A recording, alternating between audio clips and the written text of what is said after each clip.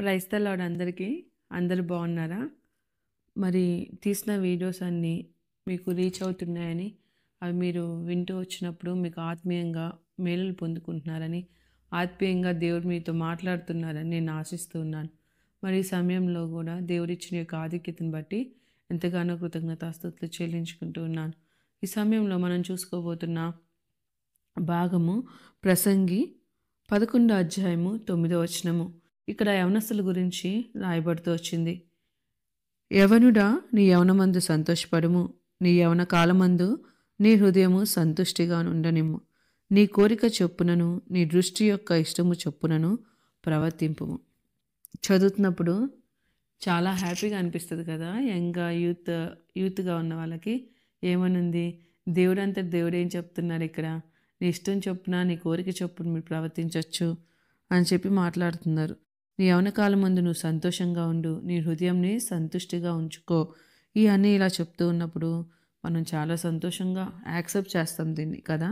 కానీ దీని కంటిన్యూస్గా మనకేం రాశారు అనేది ఇక్కడ మనం చూస్తే, అయితే వీటన్నిటిని బట్టి దేవుడు నిన్ను తీర్పులోనికి తెచ్చునని జ్ఞాపకం ఉంచుకొనుము. ఇది చదివినప్పుడు భయం వేస్తుంది కదండి. నిజమే, దేవుడు ప్రతిదీ కూడా కౌంటింగ్ దేవుని దగ్గర మనము ఇవ్వాలి. ప్రతిదీ దేవుడు చూస్తున్నాడు. పేరెంట్స్ చూడకపోవచ్చు, స్నేహితులు చూడకపోవచ్చు, నీ హృదయంలో నువ్వు యోచన చేసింది నీకు తెలియకపోవచ్చు. కానీ దేవుడు ప్రతిదీ కూడా చూస్తూనే ఉంటున్నాడు. ఎందుకంటే తెలుసా, దేవుడు కనుదృష్టి లోకమంతా సంచరిస్తుంది. మనల్ని సృష్టించిన సృష్టికర్తకి మనం ఏం చేస్తున్నామో ఏం ఆలోచిస్తున్నామో తెలియదంటారా? ప్రియ యవనస్తుడా, యవనస్తురాలా, మీరు జ్ఞాపకం ఉంచుకోండి. ఎవరు చూడట్లేదని మీరు చేసిన ప్రతిక్రియ దేవుని దగ్గర నోటెడ్ అవుతూ వస్తుంది. ఇక్కడ మనం చూస్తే యోబులో రాస్తూ, మరి యోబు 22 అధ్యాయము 28 వచనంలో, మరియు నీవు దేన్నైనా యోచన చేయగా అది నీకు స్థిరపరచబడును అని ఉంది. దేన్నైనా యోచన చేయగా స్థిరపరచబడుతుంది అంటే దేవుడు వింటున్నాడనే కదా. యోచన అంటే ఏంటి? ఆలోచన. మనం ఆలోచించిందే దేవుడు స్థిరపరుస్తున్నాడు అంటే, మనం అది మంచి ఆలోచించినా చెడు ఆలోచించినా దేవుడు చూడడా?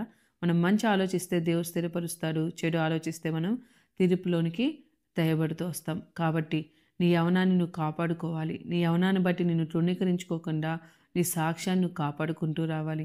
యవన కాలంలో శత్రువు ఎంతో శోధిస్తూ ఉంటుంది. ఎందుకంటే శత్రువుకి యవనస్తుల ప్రాణం అంటే ఎంతో ఇష్టం. ఎందుకంటే యవనస్తులు మరి దేవుని చేతిలో మరి బాణం వంటి వారు. దేవుని యొక్క పని చేయుటకు యవనస్తులు ఎంతో మరి దేవునికి లోబడినప్పుడు వాళ్ళు ఎంతో పని చేయగలరు. అంతే కదండి. యవన బలం ఎంత స్ట్రాంగ్గా ఉంటుంది. ముసలోళ్ళకు ఉంటుందా అంత బలము, చిన్నపిల్లలకు ఉంటుందా అంత బలము.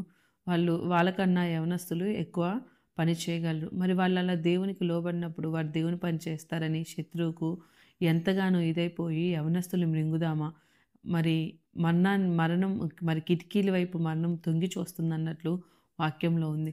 కాబట్టి యవనస్తుడా, నువ్వు శత్రువుకు లోబడద్దు. నీ హృదయంలో ఏం ఆలోచన వచ్చిందా ఆ హృదయంలో వచ్చిన ఆలోచనలు కొట్టివేయడానికి దేవుడు కృపాసనోద్దం దగ్గర నువ్వు వచ్చినప్పుడు దేవుడు ఆలోచనలను కొట్టివేస్తాడు.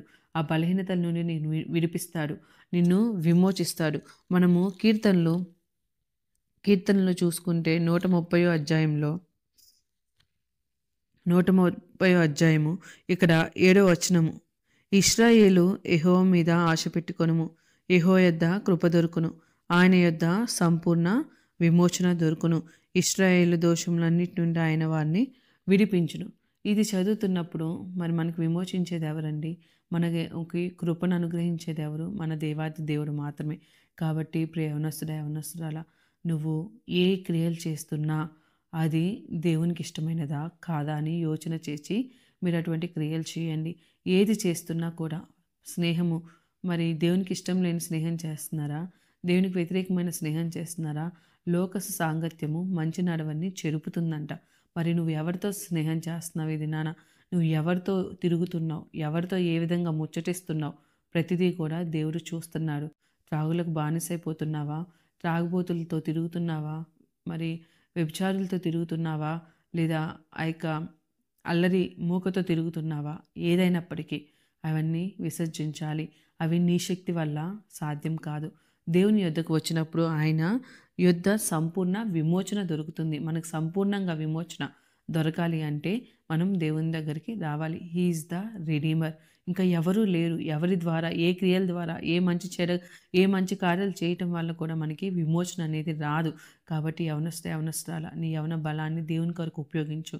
నీ యవన బలాన్ని దేవుని కొరకై నువ్వు ప్రయాసపడి దానికి క్రయం చెల్లించు. మరి ఆ యొక్క దేవుడు చేసిన ప్రాణ త్యాగాన్ని బట్టి, ఆయన చెల్లించిన క్రయాన్ని బట్టి నువ్వు కృతజ్ఞతుడివై దేవుని పనికి ఆ బలాన్ని నువ్వు ఉపయోగించు.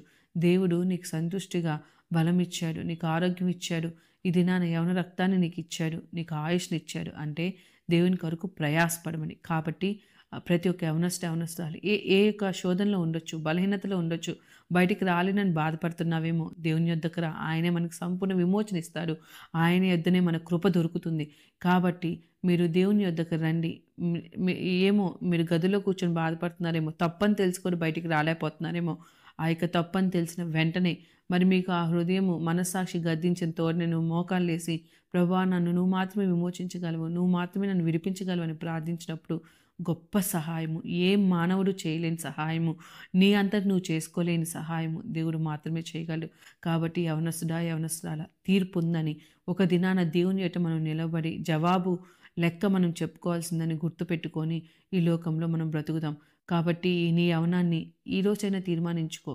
ప్రభువా ఈ యవన బలాన్ని, ఈ యవన రక్తాన్ని, ఈ యొక్క యవన శక్తిని, మీరిచ్చిన ఆయుష్ను నీ కొరకు వాడతానని ఈ దినమైనా మీరు తీర్మానించుకోండి, ప్రార్థించుకోండి. అది దేవుని వల్ల మాత్రమే సాధ్యమవుతుంది.